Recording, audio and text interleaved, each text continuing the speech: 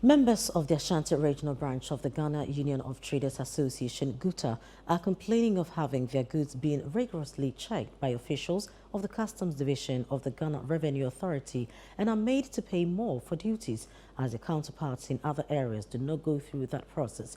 While GUTA is also calling on officials to put standard measures in place to determine the amount to be paid as duties, the Ghana Shippers Authority and Customs want the shippers to get adequate information and make the right declaration to avoid post-clearance audit challenges. Our Middle Belt Bureau Chief Edward Oponmafo reports. Shippers have for some time now raised concerns about the cost involved in clearing their goods. Many are particularly worried about extra costs they incur in the course of transporting the items, which is known as the post-clearance audit. The Ashanti Regional Chairman of the Ghana Union of Traders Association, GUTA, Anthony Opon tells Citi News his members are very much disturbed about such happenings, and as such, they want authorities to streamline it. I think there's something that the customs should do. They've done the work for a very long time, so I'm expecting to know an average cost of a spare parts for 20 feet, 40 feet. So if an agent is manipulating the situation and paying something lesser, I will advise the customer that in that situation, for the purpose of government revenue and for the safety of the customer, they should make sure that they insist the right thing is done. Because in most cases, it's not the agents alone who does it. It's a collusion between the agents and the customer officials that leads to the situation where we pay the duties and on our way to Kumasi, they check us and they realize that the duties are short payment. The second in command of the Customs Division of the Ghana Revenue Authority in the Ashanti region, Evan Stay Akwazo, who has been offering some explanation on post-clearance audits, wants shippers to make the right declaration to avoid challenges.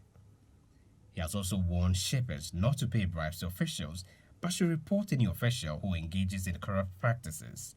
The only basic thing post-clearance solves is to facilitate trade and to enforce compliance. When the goods or post-clearance come, who bears the cost? The trader. You understand? Although the officer may lose his job, may be punished or something like that. But you, the trader or the importer, you are the ultimate who demand our revenue from you. So we are advising them to be compliant.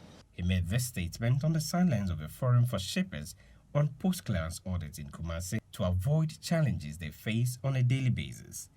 Speaking at the event, the Chief Executive Officer of the Ghana Shippers Authority, Benonita Bismarck, called on shippers to be well informed to avoid the many post-clearance audit challenges. We want our shippers to have a seamless flow of business, trade facilitation. I mean, paying taxes shouldn't be an impediment. None of us likes to pay.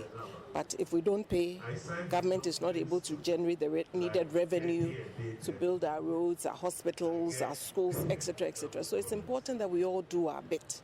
So if you're well informed and you understand what it takes, you do your part. You don't always have to wait for customs to come and knock on your doors. For the leadership of the Ghana Union of Traders Association in the Ashanti region, it is also complaining about its members being made to go through rigorous checks and are charged exorbitant duties, whereas their counterparts in other areas do not go through that.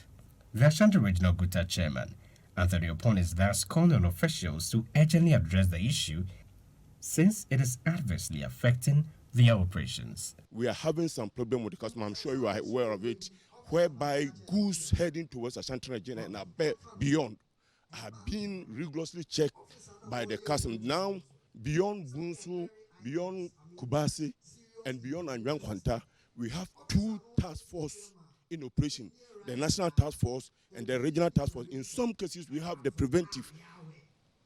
And I'm working as a GUTA regional chairman. I have information, I have deliberations with my counterparts in Accra, Takoradi, and those. They don't have those checks. How come only Kumasi? Is it that Kumasi alone who does those skirmishes to get our goods out? Because we know we are paying the same duties. So if government want to realize his duties and make sure the right thing is done, the checking must be across board. It shouldn't only be in Ashanti region.